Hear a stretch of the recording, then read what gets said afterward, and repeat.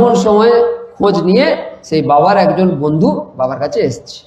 বাবার কাছে এসে বলছে, হ্যাঁ রে, তুই এরকম ছেলেকে তাড়িয়ে দিয়েছিস, ছেলে কোথায় খোঁজ রেখেছিস? তখন বাবা বলছে, এই টেলিস্কোপে চোখ রাখ।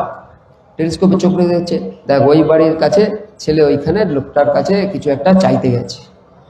তুই এখান থেকে এরকম যন্ত্র দিয়ে ছেলেকে নজর রেখেছিস, অথচ ছেলেকে এত কষ্টে আছে, ছেলেকে দেখছিস না? তোর থেকে 500 হাত দূরে ছেলে কষ্টের মধ্যে আছে, তুই বাবা হয়ে এখানে বসে বসে দেখছিস? বলে, শোনো, 500 হাত দূরে দূরে আছি, কিন্তু ছেলের উপর নজর রেখেছি।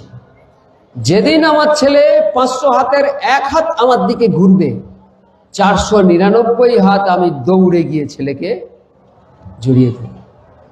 কিন্তু ছেলে যদি ওই 1 হাত আমার দিকে না ঘুরে, আমি পুরোটাই দূর থেকেই দেখবো, কাছে যাব। ভগবান ঠিক তাই।